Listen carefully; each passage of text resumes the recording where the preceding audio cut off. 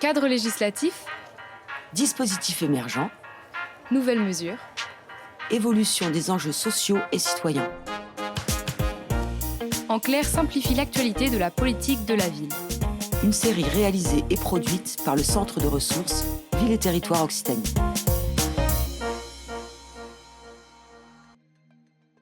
Bonjour, donc je suis Éric Lutran, 7 à Global Méditerranée, où je suis chef de service depuis 2021, à la fois sur la politique de la ville et puis sur un petit portefeuille de notre politique à l'échelle agglo ou ville de Sète. Concernant la politique de la ville, ça concerne 3 quartiers sur l'unité urbaine de Sète-Frontignan. Il y a 2 quartiers prioritaires sur la commune de Sète pour un total de 9500 habitants, c'est le centre-ville historique et l'île de Thau, qui a une histoire plus récente. Et puis c'est un nouveau quartier sur Frontignan. Il inclut le centre-ville historique de la ville de Frontignan pour un total de 1700 habitants. Donc on parle de ces 3 QPV. Comme sur beaucoup d'autres territoires, les conseils citoyens ont été mal vécus, ça a été vécu comme une figure imposée. Donc on a décrété la participation des habitants, et ça a mal été accompagné, voire pas été accompagné, mais comme sur beaucoup d'autres sites. Du coup, ça n'a pas fonctionné, et comme c'était pratiquement le seul outil envisageable à partir de 2015, dans le cadre des contrats de ville 2015-2022, il n'y a pas eu réellement d'autres tentatives. Donc rapidement, les 3 conseils citoyens sur les 3 QPV se sont cassés la figure. Et du coup, on s'est retrouvés, alors pas moi, mais mes prédécesseurs, un peu le bec dans l'eau, parce qu'on n'avait plus d'outils concrètement pour travailler avec les habitants sur l'ensemble des sujets et des enjeux politiques de la ville. Là-dessus, l'évaluation intermédiaire, l'évaluation finale du contrat de ville, on dit on ne peut pas en rester là. C'est pas parce qu'on a, entre guillemets, essuyé un échec avec ces conseils citoyens qu'il faut jeter le bébé avec l'eau du bain et arrêter d'imaginer travailler avec les habitants pour, avec eux, construire les politiques publiques qui leur correspondent, de ce dont ils ont besoin. En particulier dans le cadre de la politique de la ville. Parce que c'est quand même un petit peu inscrit dans la loi et dans l'ADN de la politique de la ville.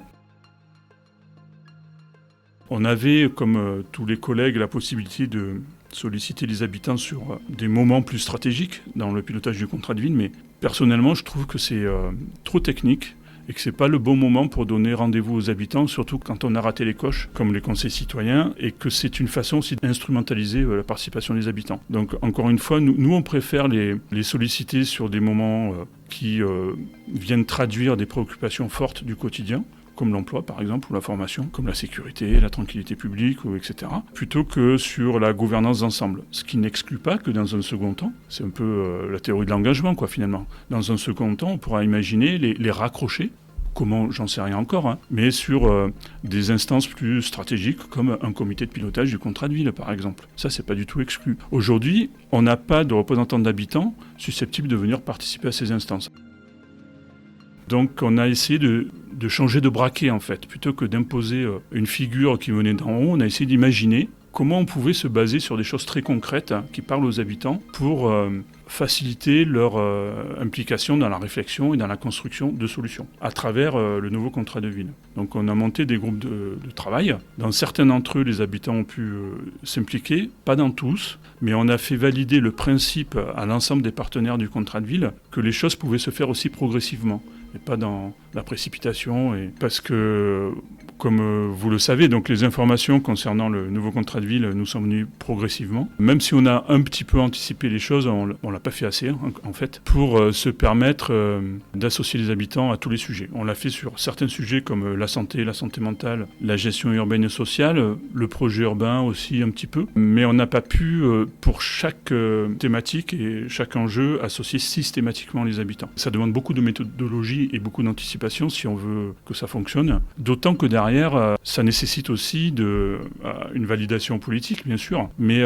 anticiper une garantie de résultat. On ne va pas associer les habitants sur, par exemple, la formulation d'objectifs si derrière on n'a pas vérifié qu'on était capable de les satisfaire. L'idée, c'est quand même de les mobiliser dans le temps, dans la durée.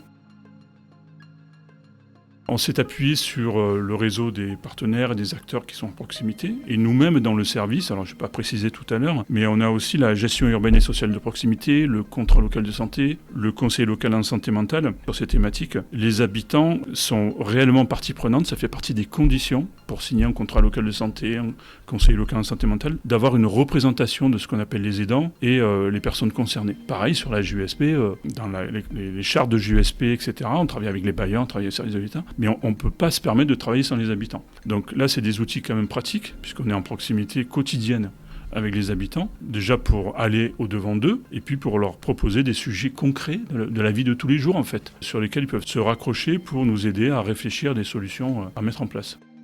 Il y a des choses qui ont bien fonctionné, d'autres qui ont moins bien fonctionné. Il y a des sujets comme les projets urbains où, quand on y réfléchit de plus près sur un projet urbain, si vraiment on veut associer les habitants dans la définition des principes d'aménagement des espaces, enfin, tout ce qu'on appelle le schéma directeur ou le plan guide, des types de services, etc., etc. Dans toutes les fonctions urbaines, ça prend un certain temps. Mais souvent, comme par ailleurs les travaux aussi prennent un certain temps, on a tendance à vouloir aller vite. C'est vrai que souvent, sur cette partie-là de la politique de la ville, le projet urbain, on interprète la participation des habitants au minimum syndical, quoi. C'est-à-dire c'est plus de l'information, de la validation, des réunions publiques, obligatoires d'ailleurs, sur des grands temps de transformation urbaine, mais on n'est pas vraiment dans la co-construction comme on peut se le permettre, se donner plus de temps sur d'autres sujets.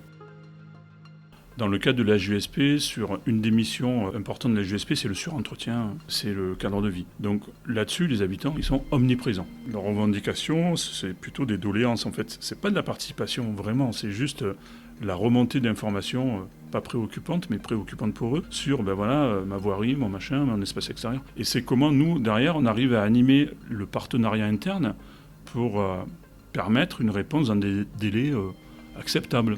Ce qui n'est pas le cas, c'est toujours trop long, si vous préférez.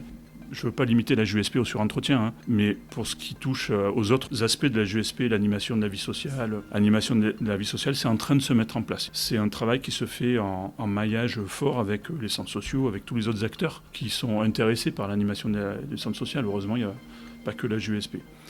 Par ailleurs, sur la santé mentale, le partenariat avec les habitants, il est beaucoup plus ambitieux dans le sens où, encore une fois, de fait, ils doivent participer à la gouvernance du CLS et LSM. Et par ailleurs, ils ont complètement leur place dans la définition des orientations de ces politiques contractuelles avec l'ARS et la CEPAM, et également dans leur suivi. Donc là, pour le coup, ils sont omniprésents à tous les étages, j'ai envie de dire. Là aussi, c'est en cours de construction depuis 2 ans. On est accompagné par plusieurs associations de pairs, d'aidants ou de personnes concernées ou même de professionnels dans la société civile. Il y a aussi des professionnels de santé, par exemple. Ça marche vraiment super bien, Ça produit beaucoup de résultats très qualitatifs. Sur le DEVECO aussi, on imagine des outils qui autorisent une cogestion et un investissement des habitants, à la fois dans les modalités de fonctionnement, la gouvernance, mais aussi les choix concrets. Qu'est-ce qu'on veut voir apparaître sur notre territoire en termes de solutions pour accompagner les personnes qui sont privées d'emploi vers l'emploi. Les habitants seront présents en particulier dans des outils qui prévoient, comme par exemple une régie de territoire ou une régie de quartier. On sait que les habitants sont partie prenante de la gouvernance, des choix par rapport au pilotage de ce type d'outils. Qu'on soit ici ou ailleurs, c'est pas spontané, ça va pas de soi, Encore une fois, ça prend du temps. Il y a aussi cette anticipation à avoir, comment on fait admettre à nos décideurs que ça fait partie du jeu et que s'il y a des tribunes qui doivent s'exprimer, elles s'expriment et ça ne nous empêche pas de construire et d'avancer, Donc il faut une validation politique locale et une validation de l'ensemble des partenaires. Donc la première chose, c'est ça, c'est faire valider le principe de la participation des habitants. À quel niveau, comment, et les modalités de participation. Et moi, je ne garantis rien. C'est pas parce qu'on souhaite mieux impliquer les habitants qu'on va à tous les coups réussir. Mais en tout cas, on a, comme je l'indiquais tout à l'heure, on a commencé et on a des prémices de résultats plutôt encourageants.